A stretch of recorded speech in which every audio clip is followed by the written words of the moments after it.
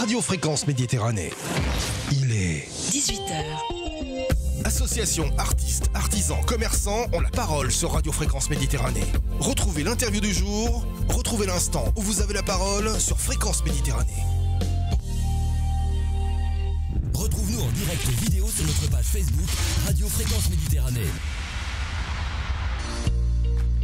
Allez, bonsoir à toutes, bonsoir à tous, bienvenue sur Radio Fréquence Méditerranée, les 18h. Vous êtes dans l'interview du jour et aujourd'hui, mes invités ne sont autres que Aurélie Sanchez, que j'avais reçue le 1er octobre dernier dans le cadre de la soirée cinéma en faveur de l'association Pax One. Bonsoir Aurélie. Bonsoir Jean-Luc. Voilà, on réglait juste un petit peu le micro, voilà, et accompagné de son époux Frédéric. Bonsoir Frédéric. Alors plus près Frédéric, sinon on va pas vous entendre dans le micro. Voilà, Frédéric. On va monter un tout petit peu et donc notre petit phénomène qui est avec nous ce soir qui s'appelle Thomas, que vous pouvez voir à l'antenne bien sûr puisque c'est lui qu'on va parler, c'est lui, on va parler de cette association, on va parler de ce syndrome. On était censé avoir de suite à l'antenne mais on va essayer... J'ai envoyé le numéro. Voilà, donc si elle peut essayer de nous joindre. Donc la présidente de l'association Pax One, Magali Gutman-Berebi, pour nous parler, bien sûr j'aurais voulu que ce soit elle qui démarre avec nous, donc apparemment on n'a pas le téléphone qui sonne, on espère que ça va sonner. Je le disais, on va parler de l'association Pax One et puis on l'avait reçu le 1er octobre dans le cadre de cette soirée cinéma en faveur de l'association. Ça s'est passé au cinéma L'Éden, c'était le 4 octobre dernier, c'était en association avec le Rotary Club bien sûr et le cinéma. Vous avez projeté, donc il y a eu une projection exceptionnelle du film Artus, un petit truc en plus, avec l'ensemble des bénéfices qui avaient été reversés donc à votre association. Exactement, c'est ça. Ouais. Une belle soirée ? Très belle soirée, c'était une belle réussite, avec beaucoup de monde, le cinéma était rempli, donc c'était un vrai plaisir. Et voilà, donc je crois que ça sonne. Alors oui, mais voilà. elle m'appelle sur mon portable et c'est pas sur le portable. Je vais vous donner le numéro de la radio, ça va être plus simple. Allez. Comme ça, on va l'envoyer par SMS. Voilà. C'est du direct, les amis, vous savez comment ça se passe. Voilà, donc chez nous, c'est du vrai direct. Voilà. Si on enregistrait, on pourrait couper, on pourrait tout faire, mais on est en direct et c'est ce qu'on apprécie ici sur notre radio. Donc on donne les coordonnées à Magali pour qu'elle puisse nous joindre, puisqu'on va parler de ce syndrome. Voilà, je suis en train de... Ça sonne, vous avez bien compris qu'elle insiste. Mais on va lui donner le bon numéro, bon, vous inquiétez pas, voilà, c'est parti. Bon.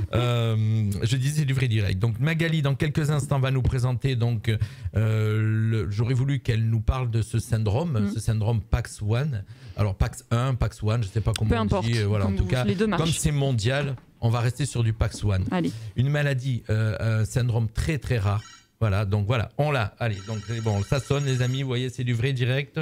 On va décrocher, on va la prendre tout de suite avec nous. Normalement, elle est à l'antenne. Bonjour Magali. Bonjour. On est à Magali, voilà, ça fonctionne. Salut Magali. Alors, on est en direct, je le rappelle, c'est pour ça que pour nos auditeurs, c'était un petit peu compliqué pour vous joindre. J'ai présenté tout le monde. Vous êtes la présidente de l'association donc Pax One.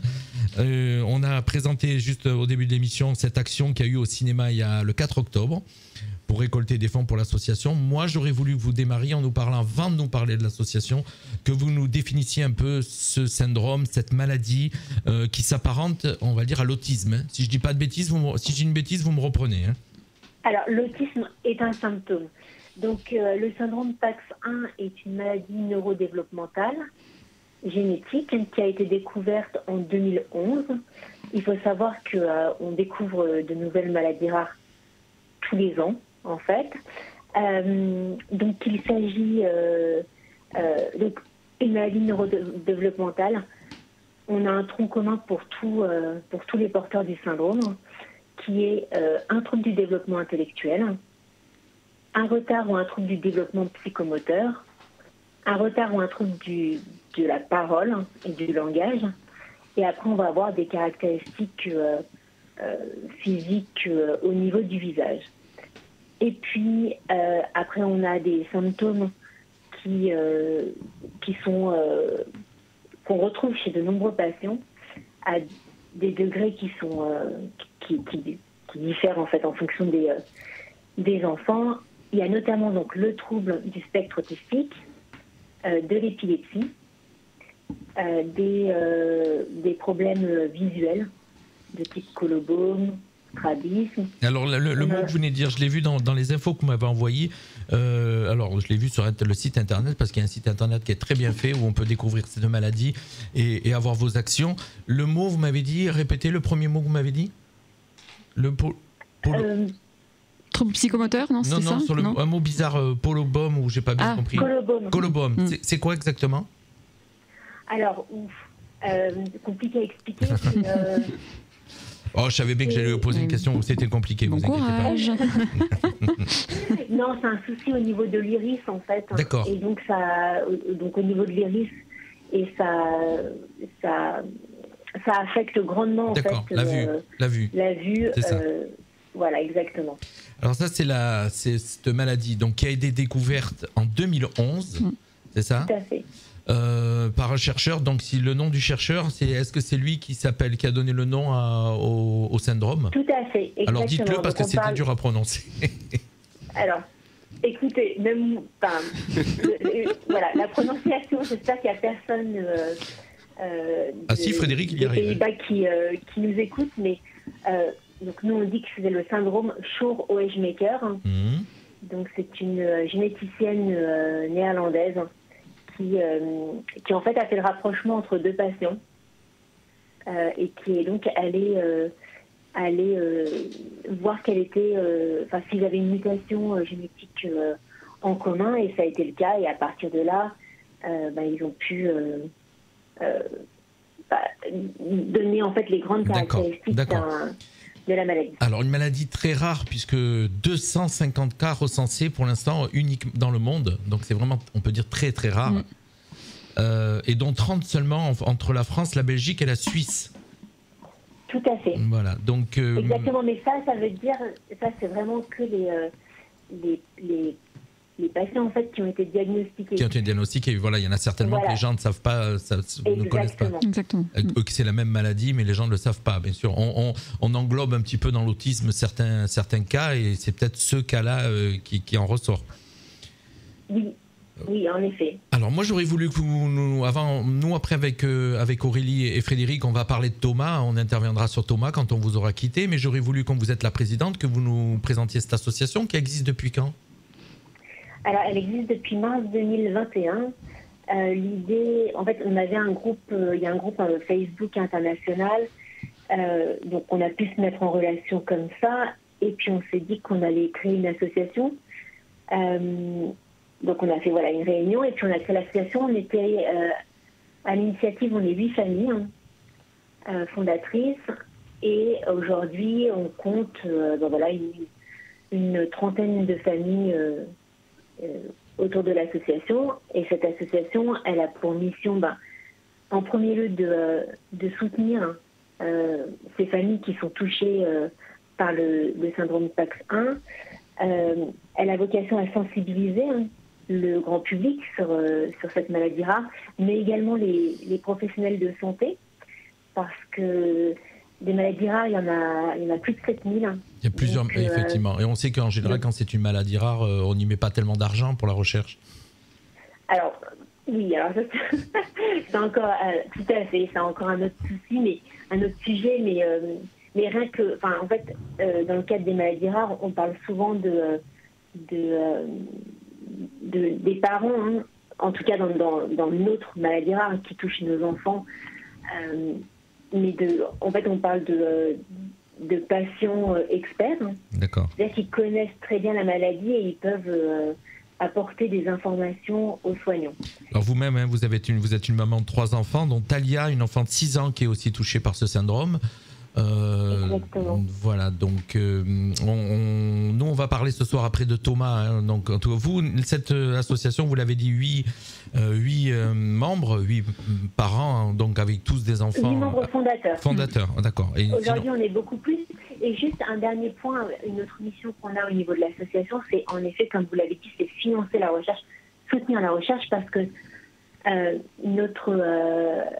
syndrome PAX1 a la particularité que tous les porteurs du syndrome ont la même mutation, ce qui offre des perspectives de recherche importantes en fait.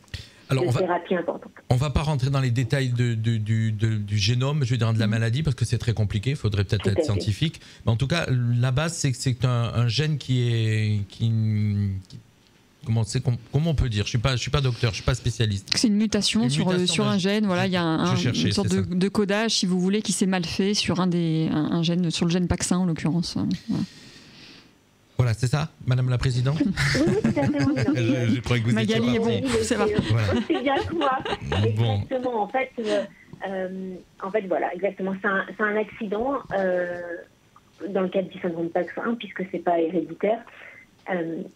Mais notre chance, entre guillemets, c'est que tous nos enfants ont la même mutation, et donc, parce que souvent, quand on parle d'un syndrome, il y a plusieurs centaines de milliers d'éléments en fait dans un gène, et la mutation peut porter sur différentes parties du gène, et donc dans ce cas-là, et ça porte toujours le même nom en fait, et donc dans ce cas, c'est très très compliqué de trouver des traitements.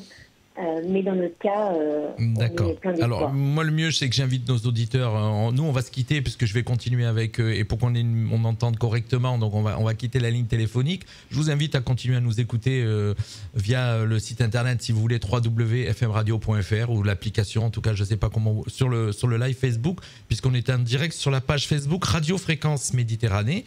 Et on va aborder le sujet de Thomas, puisqu'on va parler de Thomas. Via Thomas, on va un petit peu comprendre un petit peu la maladie des autres enfants. Moi, je vous remercie d'avoir été avec nous, et puis je rappelle que si vous allez faire un petit tour, vous tapez PAX1, donc PAX1, PACS1 sur internet, vous tombez sur le site internet qui est vraiment très bien fait, qui explique le syndrome, qui explique la recherche qui est en cours et comment on peut vous aider, bien sûr, comment on peut rejoindre l'association, comment on peut y donner de l'argent. En tout cas, un site qui est très bien fait, où il est très détaillé. Voilà, j'ai été faire un petit tour et c'est là où j'ai découvert beaucoup d'infos sur cette maladie, en tout cas, et sur surtout vos actions. Moi, je vous en remercie, Madame la Présidente Magali. Eh ben, merci à vous. Alors, vous restez avec nous. Vous allez nous écouter. Nous, voilà. Non, en ligne, je vais couper la ligne. Voilà, sur Internet. Sur Internet, pardon. Merci, Magali. Mais sachez que la porte du studio, vous étiez grand ouverte. Vous auriez pu venir. J'aurais adoré. Voilà, il n'y a pas de souci. Moi, on aura l'occasion de se voir un jour, j'espère. Merci, Magali. Merci à vous. Salut, Magali. Voilà, on revient dans le studio. Voilà, on a un son qui est moins fort dans les oreilles. Ouais. Magali, je rappelle, Magali Gutmann-Berebi, donc présidente de l'association PAX1, qui je présente ce soir.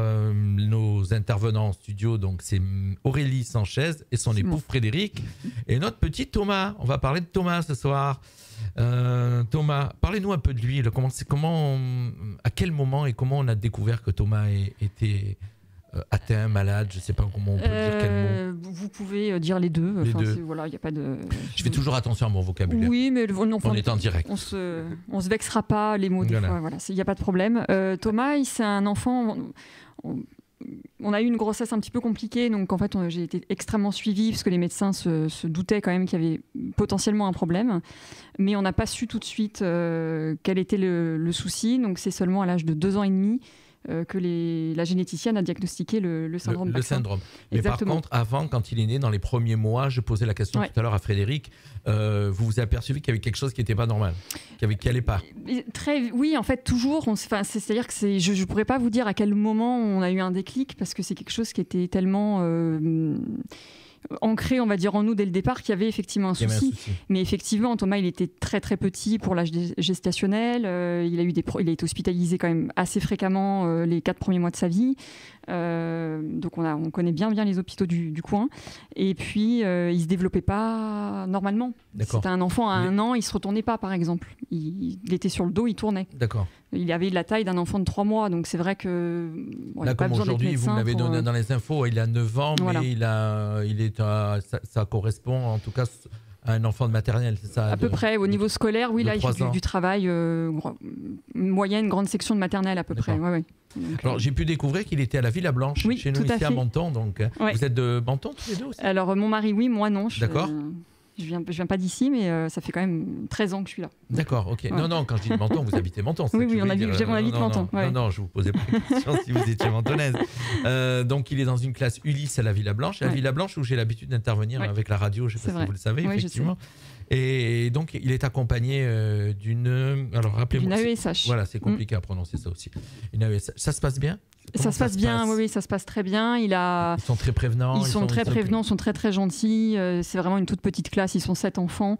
Donc tous évidemment avec des particularités au niveau du développement et des apprentissages scolaires. Donc il y a une enseignante spécialisée, plus ce qu'on appelle une AESH collective. C'est une dame effectivement qui est assistante d'enfants en situation de handicap, qui est là pour s'occuper du groupe. Et ensuite on a certains enfants, dont Thomas, qui ont des accompagnements individualisés, en plus de l'accompagnement collectif, donc avec une AESH qui est formidable, qui s'appelle Viviane, et que je salue ce soir si elle nous écoute, parce que vraiment, elle fait un super travail. Si elle ne vous écoute pas, elle pourra vous réécouter, voilà, parce je que lui vous savez dirai que c'est en ligne. Une fois que nos interviews sont faites, ils sont en ligne de suite, et donc voilà. Et puis après, ils seront sur une chaîne YouTube, bien sûr.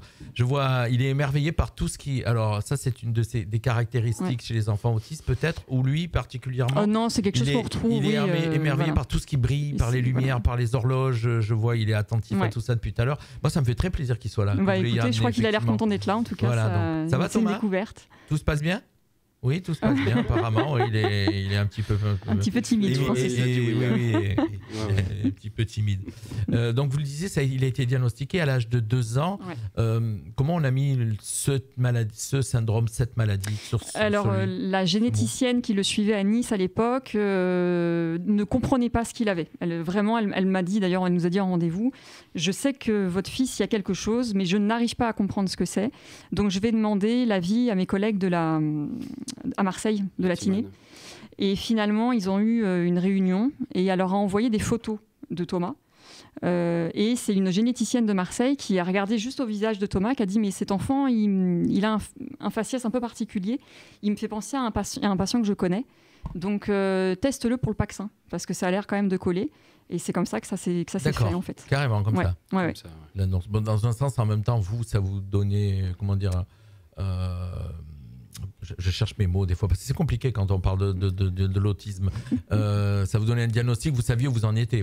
On savait où il en était, on savait où on allait. Et ce qu'il allait falloir faire.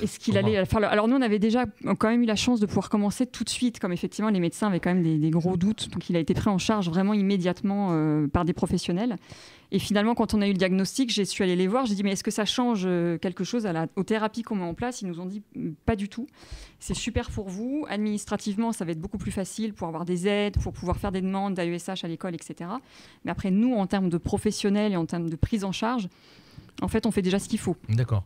Alors oui, effectivement, est-ce qu'il est pris en charge est-ce que c'est une maladie qui est prise en charge par l'État, par tous... Oui, en fait, à partir du moment où vous avez une reconnaissance d'une maladie génétique, l'État reconnaît le statut d'enfant en situation de handicap. D'accord. Et donc de là, vous avez effectivement des aides qui ne sont pas énormes. Hein, c'est de l'argent tous les mois. Oui. Mais c'est pour essayer de couvrir les frais d'orthophoniste, de psychomotricienne. Ça ne couvre pas la totalité des frais que ça représente. Alors, il y a quand même des choses qui sont prises en charge de base, comme l'orthophoniste, mais la psychomotricienne, par exemple, certains parents doivent payer. Nous, en plus, on est dépendant de Monaco, donc c'est encore un peu spécial. On a une prise en charge vraiment complète, mais en France, oui, c'est vrai que c'est pas mal pour les éducateurs spécialisés, par exemple, qui ne sont pas pris en charge. Alors, l'action de l'association, bien sûr, on l'a compris, c'est de récolter des fonds, surtout à l'association. En tout cas, d'en parler, de trouver les gens qui ont des enfants qui ont cette maladie, donc de fédérer. Et cet argent, il va directement à la recherche ou il vous aide aussi certains parents ? J'ai envie de dire ça va à 99% à la recherche et le reste, c'est pour le fonctionnement de l'association. D'accord. Voilà, le but, c'est d'aller à la recherche. Exactement. Et la recherche, elle avance sur cette maladie ? Elle avance, oui. Il y a un laboratoire à Paris qui avait fait une recherche là récemment qui s'est terminée, qui a été assez concluante. Il y en a un autre laboratoire aussi à Genève qui avait fait pareil, qui a terminé une recherche.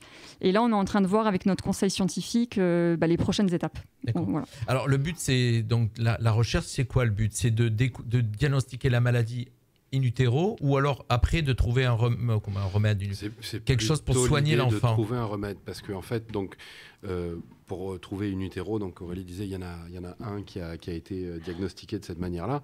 Tous les autres, c'est a posteriori, et certains, même récemment, une fille de 20 ans, je crois. Oui, même 30 ans, on peut diagnostiquer à 30 ans. Qui a été diagnostiquée, donc ça peut arriver très tard et on sait le faire. Maintenant, il suffit juste de savoir qu'on doit chercher ça. D'accord. Donc après, nous, ce qu'on on peut soigner le gène, c'est-à-dire non, c'est ça que vous avez dit. Non, ce que je veux dire, c'est que pour le diagnostic, c'est facile dans le sens où la maladie est connue, il suffit de la chercher pour la trouver. Donc nous, une partie de ce que fait l'association, c'est aussi de faire savoir qu'elle existe auprès des médecins. Pour qu'ils sachent que, dans certains cas, ils peuvent chercher cette maladie. D'accord. Maintenant, la partie que nous, on finance, c'est la partie pour faire des recherches. On fait des recherches basées en Europe, parce qu'il y a aussi la fondation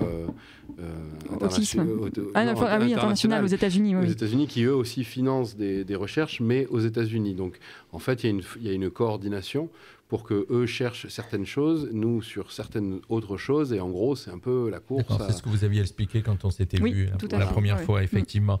Alors, aussi, une maladie, j'avais noté, une maladie qui n'est pas transmise par les parents. Non. Voilà, donc, ce n'est pas une maladie génétiquement transmissible, effectivement. Vous avez d'autres enfants Oui. Voilà, et donc... il va très bien. Voilà, il a quel âge ? Il a 6 ans. 6 ans, il s'appelle Mathieu. Mathieu, c'est le frère de Thomas, Mathieu. Ouais. Ça va, Mathieu ? Thomas, tout se passe bien ? Tout va bien ? Voilà, Thomas est content d'être avec nous ce soir. En tout cas, pour lui, il se rappellera. C'est la première fois qu'il a fait de la radio. Donc, il fait de la radio avec nous, Thomas. Alors, comment ça se passe pour Thomas, son évolution ? Parce qu'il a 9 ans maintenant. Donc, on le disait tout à l'heure, il avait à peu près l'âge d'un enfant de 3 ans, c'est ça ? À peu près, oui. À peu près. Oui. Comment ça se passe ? Ça évolue ? Ça bouge ? C'est long ? C'est compliqué ? C'est long. Alors c'est compliqué parce que c'est long, mais c'est long. Et il a son développement à lui, et tout est avec du retard et avec de la difficulté, mais il enrichit son vocabulaire, il construit des petites phrases, on arrive à avoir, maintenant, là, il a 9 ans, donc on commence à avoir des petites discussions qui font sens, qui ne sont pas complètement farfelues. Et après, des fois, il tourne en boucle. Et après, ça, c'est un peu le côté autiste qui revient sur la table. Mais il a des moments à lui où il s'isole, on va dire, peut-être. Il est dans son monde. Boucles, comme on disait, les montres, tout ça. Voilà. Il peut partir sur les heures et parler de certaines choses comme ça. En tout cas, il sait lire l'heure. Hein. Tout à l'heure, il regardait l'heure. Thomas, il est quelle heure ? Oui, la meilleure réponse, c'est de dire regardez vous-même. Thomas qui est avec nous ce soir, voilà. En tout cas, 22, il est 22. Voilà, il nous a donné, il est 18h22, vous savez qu'on est en direct. Aussi, alors là, les actions de l'association actuellement, qu'est-ce qui se passe ? Donc là, on en a parlé tout à l'heure, le 4 octobre, il y a eu le film, ici en partenariat avec le Rotary et le cinéma de Menton, l'Éden, Monsieur Jérôme Rébert, on va le citer. Ouais. Et là, il y a d'autres actions en cours ? Alors, sur Menton, on va avoir une action en début 2025, mais je n'ai pas encore la date précise. En cours de... Voilà, donc peut-être je reviendrai vous voir pour... vous le savez, en parler, il n'y a pas de souci. Mais ça sera, en tout cas, nous, à notre petit niveau, on essaye de communiquer au maximum. On est là pour donner la parole à des gens comme vous aussi. Ouais, c'est gentil. Ouais. Donc, effectivement, il y aura ça, il y aura... aussi sur les marchés, des fois il y a des gens sur les marchés, là par exemple dans le Finistère, il y a une commerçante qui va vendre des petits objets et qui va faire la publicité entre guillemets de l'association, qui va vendre des objets pour l'association, donc c'est des petites sommes d'argent qui vont être récoltées. On peut vous faire, on a aussi les emballages à Menton qui vont être faits, c'est la boutique Princess Candle qui participe aussi à une action avec nous. C'est pas grave. La gentillesse pour la 2e année consécutive de faire pour Noël des emballages cadeaux, de vendre des petits sacs et pareil des petits objets, donc tout sera reversé à l'association. On peut vous faire des dons directement ? On peut faire des dons directement via l'association. Alors il y a le site internet, je le rappelle pour ceux qui sont en train de nous rejoindre, qui nous écoutent, vous nous écoutez sur le DAB, le web, les applications smartphone. On est en direct sur la page Facebook Radio Fréquence Méditerranée. Vous allez faire un tour sur le site PAX One, c'est pacs1.org. Voilà, j'ai tout bien dit. Vous allez faire un petit tour, vous avez vraiment toute l'explication du syndrome, de la maladie, comment les aider, comment fonctionne l'association. On a eu la présidente qui nous continue à nous écouter. On voulait qu'on essaye d'appeler Sandra ou pas, qu'on lui fasse dire un petit mot. Alors écoutez, on va faire du direct. On va essayer, voilà, chez nous, vous avez vu, c'est du direct. On va essayer d'appeler Sandra directement. Je l'ai prévenue, donc normalement... Alors Magali aussi était prévenue. Oui, mais je ne sais pas. Écoutez, on est en aléas du direct. Voilà, c'est du vrai direct. Juste pour qu'elle nous dise un petit mot, puisque c'est la trésorière. Exactement. On est toujours là, vous inquiétez pas, chers auditeurs. Voilà, donc on va connecter avec nous Sandra, donc la trésorière. Sandra ? Allez, je vous mets l'antenne de suite. Voilà, donc je le disais, c'est du direct. Sandra avec nous. Salut Sandra. Sandra, bonjour. La trésorière de l'association. Voilà, celle qui tient les cordons de la bourse. Oui, c'est ça. Sandra aussi qui a une petite fille, je crois, c'est ça ? C'est ça, une petite fille qui a quel âge ? 5 ans. 5 ans. Et qui est aussi atteinte du syndrome PAX1. à fait. Voilà, donc on a un petit peu parlé un peu plus de Thomas, bien sûr, ce soir, puisqu'il était avec nous, et voilà, je voulais savoir son évolution. En tout cas, vous, au niveau de l'association, si vous qui tenez les cordons de la bourse, ça fonctionne? C'est ça. Ça fonctionne, oui. Après, parce que voilà, on a les dons, on a des dons régulièrement, on fait des campagnes, on essaye d'organiser des événements. Donc oui, ça fonctionne. Après, la recherche coûte très cher, donc il y a toujours besoin de plus, j'ai envie de dire. Mais en tout cas, pour l'instant. Est-ce que vous êtes la seule association française ou il y en a d'autres sur ce syndrome en France? En France, on est la seule. D'accord. Ah oui, quand même. Donc, oui. Alors, on disait tout à l'heure 8 membres fondateurs, donc il y a certainement d'autres personnes qui vont vous rejoindre ou d'autres gens qui. Oui, nous, effectivement, au niveau du bureau, on est maintenant on est 6 ou 7, je ne sais plus. Combien d'enfants, en fin de compte, qui sont concernés par l'association Pax One? Là, je crois qu'on a une trentaine de familles qui nous ont rejoints.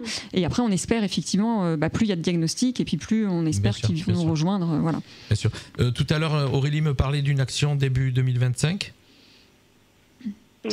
Ça sera à Menton, donc voilà pour l'instant. Vous pouvez pas en parler, d'accord. Okay. C'est pas ça, mais non, c'est que je pense qu'on n'en a pas vraiment discuté entre nous encore. Donc alors, un petit clin d'œil à l'association, à Marilyn Braco de les Soroptimistes de Menton qui est là, qui nous regarde et qui pourrait peut-être aider des filles de l'association Pax One. Voilà, donc sachez que vous avez besoin de fonds pour cette recherche. Un petit mot à nous dire, Sandra. Je vous attrape en fin d'interview, mais en tout cas, je suis content. On voulait vous mettre à l'antenne quand même aussi. C'est très gentil. Bon, après, je ne sais pas trop ce qui s'est dit, mais je pense que déjà, vous avez fait le tour sur la présentation de la maladie. Oui, alors la maladie, on l'a pas détaillée vraiment dans le gène, puisque c'est assez compliqué, il faut être quand même assez médecin. Mais comme je disais, vous avez le site internet qui nous permet d'aller comprendre la maladie, parce qu'il y a même des dessins, il y a même des schémas. Elle est très bien expliquée, effectivement. Et sinon, après, on a beaucoup d'infos sur le site. En tout cas, moi, c'était vous mettre en lumière ce soir via la radio. Et puis après, donc, grâce au site, d'avoir vraiment beaucoup plus de détails. Et puis surtout, je voulais recevoir Thomas, moi. C'était ça qui m'intéressait. Voilà, Thomas. Notre petit, on l'a dit escargot tout à l'heure. Oui, c'est vrai. C'est notre petit escargot. Voilà. C'est la petite mascotte vaccin de Menton. Voilà. Je vous garde pas longtemps, Sandra, mais je voulais quand même vous faire un petit coucou et vous dire merci pour tout ce que vous faites au sein de l'association. Merci à vous, en tout cas. Et ce que vous faites pour ces enfants. Et puis surtout, je sais pas si on peut dire bon courage, parce que oui, on peut dire bon courage. Oui, je pense, oui. Des fois, on a besoin. Voilà. Je vais terminer avec Frédéric et Aurélie en ayant un petit peu rapidement sur eux, leur vie privée avec Thomas. Comment ça se passe? Merci Sandra. Merci à vous. Au revoir. Salut Sandra. Voilà, donc voilà, je voulais quand même la voir. Bon, il n'y a pas demandé grand-chose. Oui, y a pas de souci. Alors oui, tout à l'heure on disait, pour terminer l'interview, je vous le disais, au niveau de votre vie, de la gestion de votre vie tous les jours, ça se passe comment? C'est compliqué ou alors c'est assez simple en le mettant à l'école pour le récupérer?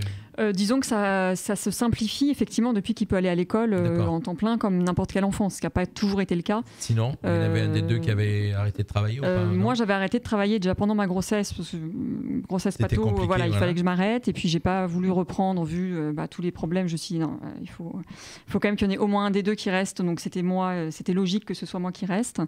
Et voilà, donc après effectivement il a été à la crèche quand même au bout d'un an, mais que sur des petites demi-journées. Pareil pour l'école, au départ c'était que des matinées, petit à petit on a augmenté le temps, puis maintenant c'est sur du temps plein, donc c'est sûr que c'est plus simple à gérer au quotidien, quoi. Disons que ça va à son rythme à lui. Voilà. En fait. D'accord, oui. Vous vivez à son rythme. À son rythme, d'accord. Ouais. Et avec son frère, ça se passe comment? Tu veux peut-être répondre? Frédéric? Comme deux garçons de 6 et 9 ans. Ils se bagarrent pas mal. Et c'est juste que le petit, on va dire, a du mal à comprendre. Enfin, il est au courant de la maladie, on ne lui a jamais caché, on lui a toujours expliqué. Mais il est encore petit pour comprendre, mais peut-être 6 ans. Ce qu'il ne comprend pas, c'est que Thomas, il a une tolérance à certaines choses qui est assez limitée. Et des fois, Mathieu va un petit peu trop loin jusqu'à ce que Thomas s'énerve. Et après, nous, on doit ramer un peu derrière pour le calmer, ramener vers lui, nous, le calmer. Et puis l'autre derrière voilà. qui doit se dire pourquoi moi, je ne suis pas traité de la même manière. Voilà. Je pense que c'est ça aussi. Il y a ça aussi, effectivement. Voilà, donc c'est le quotidien, malheureusement, de tous les parents qui ont des enfants atteints d'autisme, en tout cas. Est-ce qu'il y a des messages que vous voudriez passer, des questions que je ne vous aurais pas posées ou...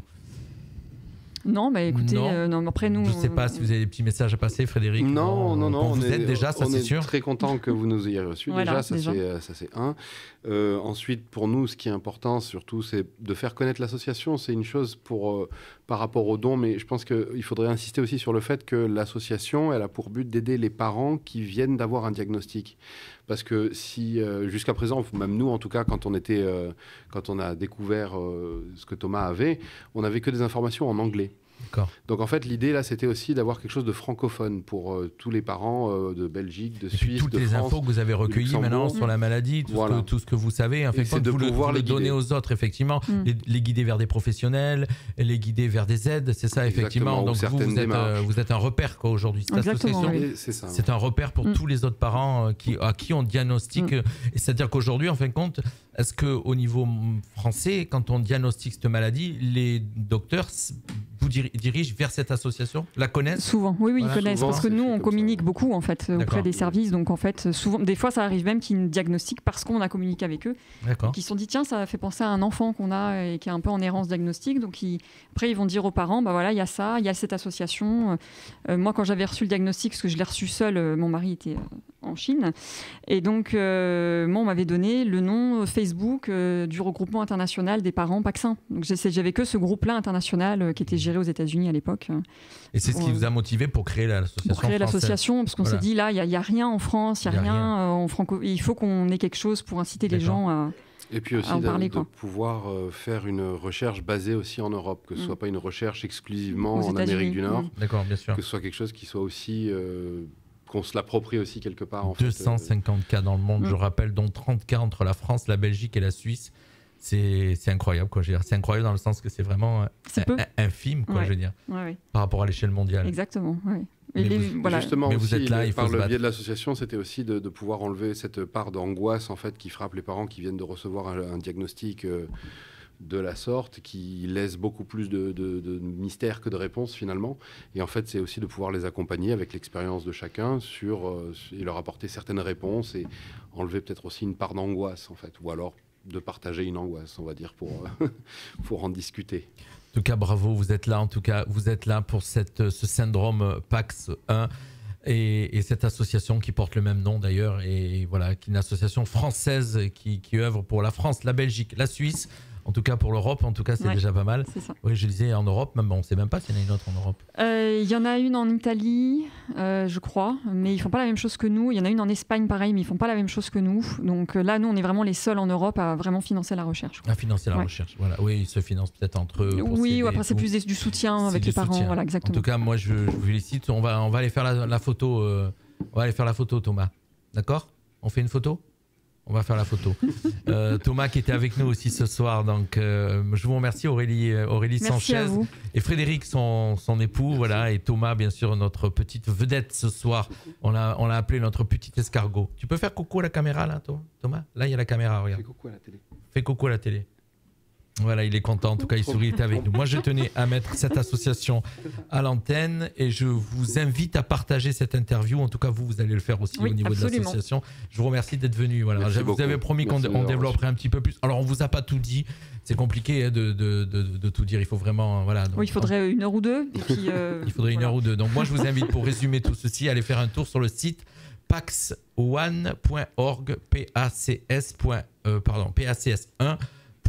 Voilà, je crois avoir tout dit. J'ai dit correctement. Allez, tout de suite, on se quitte et voilà. En tout cas, là, quand il y a l'événement en 2025, vous venez me voir? Je viendrai avec grand plaisir. La météo de demain pour reprendre le fil de notre radio de musique aussi. Allez, c'est parti. Merci. La couleur du ciel pour votre journée de demain sur Fréquence Méditerranée. La météo pour ce jeudi 28 novembre, c'est un temps